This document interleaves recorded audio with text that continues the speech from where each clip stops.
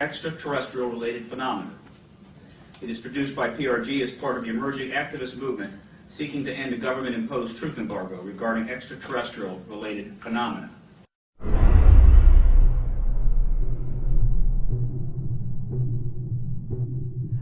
Do you believe, and describe, do you believe that your show was shut down for national security reasons? And tell us a little bit about what happened with the show out there.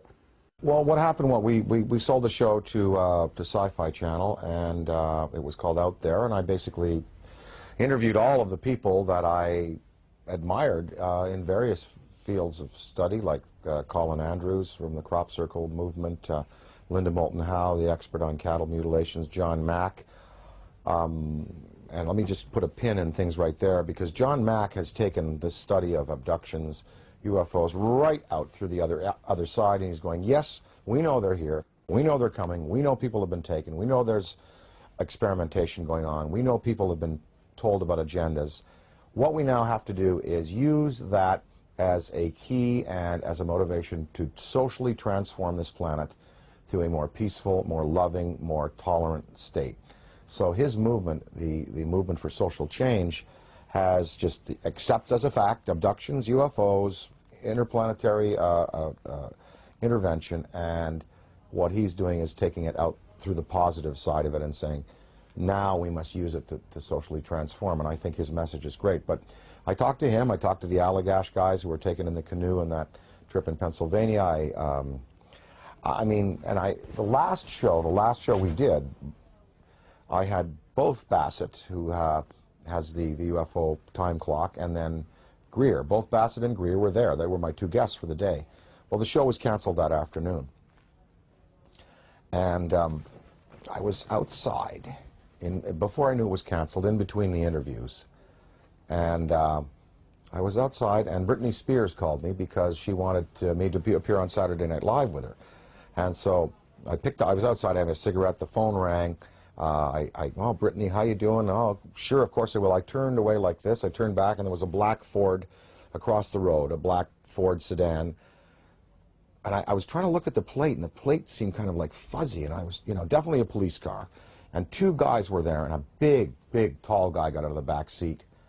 And he stood in the street on 42nd Street it was. We were at 42nd Street and 8th Avenue.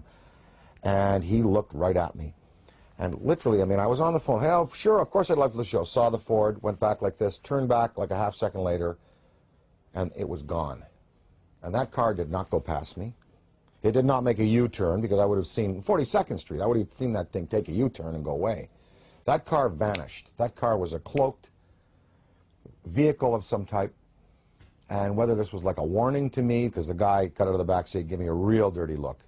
That car vanished. I know what I saw. And it was just this fast. It was, oh, hi, Brittany, sure, oh, of course, I'd love to do. Guy gives me a dirty look, oh, well, sure, car gone. That's what happened. And then 2 hours later, we were told we were not to continue taping, and the show was canceled, and none of them would air. I don't know. I don't know. Was that an MIB experience, black helicopters, military abductions that happen? Sometimes people are taken and they talk about then being visited by military personnel and debriefed about their abduction. Was it a technology associated with some of these beings that are visiting that wanted to warn me off, or that wanted to give me verification that I was on the right track? I don't know, but I do know I did turn back a second later, and it takes so long for an automobile accelerating from 0 to 40 miles an hour to reach the corner of 8th Avenue and 42nd Street going past me, and then pulling a U-turn and going out towards Times Square. I would have seen that car. And I looked around. I was looking for that thing. It was gone. So, I don't know. The tapes exist. I have them. We're going to try to repackage them. We might put them out on DVD.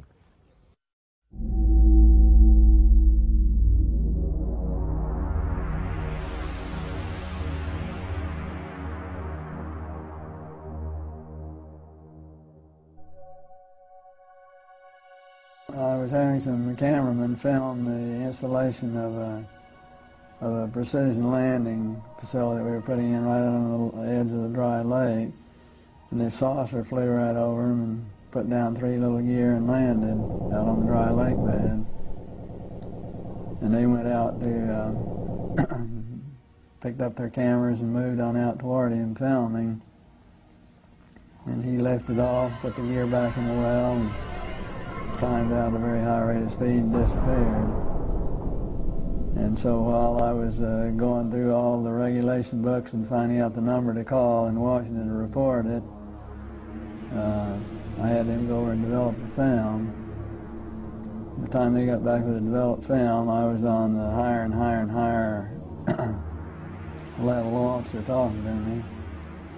Finally with the colonel telling me to, when the film arrived at my desk, to put it in the carrier pouch. There would be a courier there at my office by that time already, and they'd arranged for him to fly in our base airplane back to Washington with these films, and do not run prints, etc., etc., etc. We didn't have a chance to run it. I had a chance to hold it up to the window and look at it. It was certainly good film. Well, by this time I was involved in the research and development and doing very classified programs myself, at the test center. So I knew that we didn't have any vehicles of that kind, and I was 99 9/10% sure that the Russians didn't have any of that type either. So there certainly was, at that point in time, there was no doubt in my mind that this vehicle was made at some other place than here on Earth. Yeah, well, Buck Rogers and Flash Gordon coming true. Dude, I got it, man. Probably moved 100 miles in a matter of a second or two.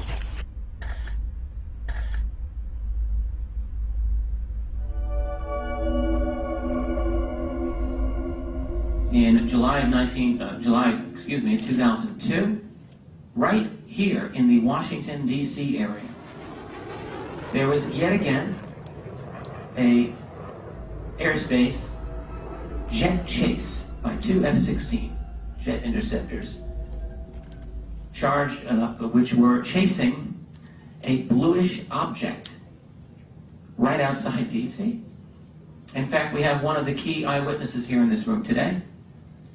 This received some play in the Washington Post and a little bit of mainstream media, then of course fell into the black hole of the media, never to be discussed again. What were these objects that were able to outperform F-16 interceptors in a post-9/11 America? What is going on? And what are the consequences, or the potential consequences, in the event that we should shoot down a few of them? A related question that I have been asking myself is, to what extent are they really an enemy? What crimes have they committed against humanity? They have certainly upset the military by flying over their most secret installations, by shadowing their planes, by buzzing their astronauts. The Army shot 1,430 rounds of anti-aircraft fire at the UFO between 3:12 and 4:15 a.m. Army Chief of Staff General George C. Marshall wrote a top-secret memo to President Franklin D. Roosevelt that the U.S. Navy recovered an unidentified craft off the coast of California. The retrieved craft was in fact not earthly and in all probability of interplanetary origin. I mean, to me, what this is all about is not just, looking up in the sky and saying, wow, there's another UFO, yet another sighting. I mean, it's about exploring the phenomena. We have to get past denial. I mean, everyone is stuck at denial. I mean, mainstream science says the phenomena is not happening, and they don't take it seriously, and they try to sweep with them half the world. But over 50% of the American population, according to polls, believe in the UFO phenomena, and the government just buries it. Well, there's some media that are guilty of trying to suppress, and there are some media that are just throwing the story out there. Now, this Mexican sighting, we had coverage on Fox, we had coverage on CNN, And in the Daily News in the Valley here, we had a front page article, you know, with the pictures and UFO, big question mark. And I mean, they were treating it, I think increasingly now, the media has